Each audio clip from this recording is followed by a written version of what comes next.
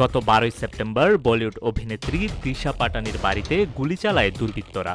জানা যায় উত্তরপ্রদেশের মথুরায় দুই আধ্যাত্মিক গুরুকে নিয়ে বিতর্কিত মন্তব্যের জেরে এই ঘটনা ঘটে। এরপর দুটি গ্যাং গ্রুপ গোল্ডি ব্রার ও রোহিত গোদারা সোশ্যাল মিডিয়ায় এই ঘটনার দায় স্বীকার করে।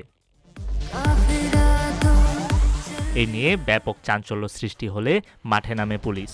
এর 5 দিন পর নতুন খবর আসে, দিশার বাড়িতে গুলি চালানো দুই অভিযুক্তকে এনকাউন্টারে হত্যা করেছে পুলিশ। সেই দুই অভিযুক্তের নাম রবীন্দ্র এবং অরুণ। তারা গোল্ডিব্রার রোহিত গোদারা গ্যাংয়ের সদস্য ছিল বলে দাবি করছে পুলিশ। গুলি করে মারার পর তাদের কাছ থেকে একটি পিস্তল এবং কিছু কার্তুজ উদ্ধার করা হয়েছে। পুলিশ জানিয়েছে, বুধবার রাতে পুলিশের একটি টহল দল অভিযুক্তদের মুখোমুখি হয়। সেই সময় অভিযুক্তরা পুলিশের দিকে গুলি চালায়। পাল্টা গুলিতে দুই অভিযুক্ত গুরুতর আহত হয় এবং হাসপাতালে নিয়ে গেলে চিকিৎসকরা তাদের মৃত ঘোষণা করে।